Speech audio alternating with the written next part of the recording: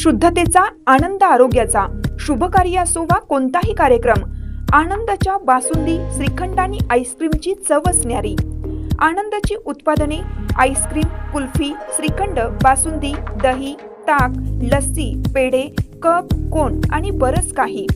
Anand ice cream and milk products, Ramanand Nagar, taluka Palus.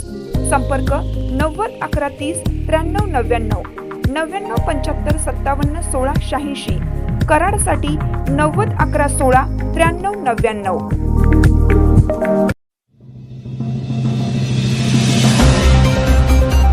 बंचाप्पा बनी धनगरी ढोलांचा निनाद, जेमतेम पाऊस आणि युद्ध हानीचे भाकीत.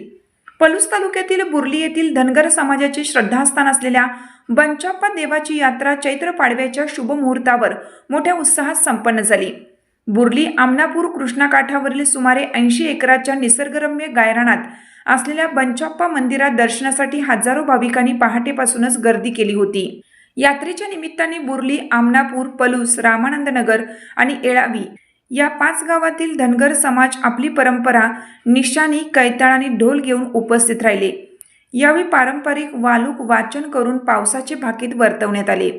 यंदा पाऊस जेमतेम राहील आणि धनधान्य पिकेल, मात्र युद्धामुळे मोठी मनुष्यहानी होईल असे भविष्य यावेळी सांगण्यात आले.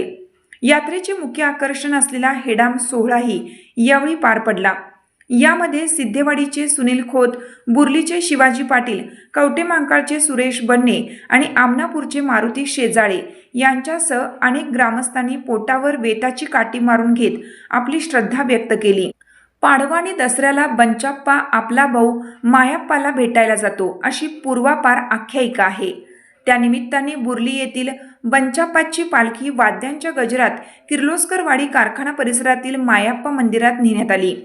यात्रेच्या निमित्ताने बैलगाडी प्रेमींमध्येही मोठा उत्साह पाहायला मिळाला. अनेक शौकीनांनी आपल्या बैलांना सजवून आणि रंगवून मंदिर परिसरात आणले होते.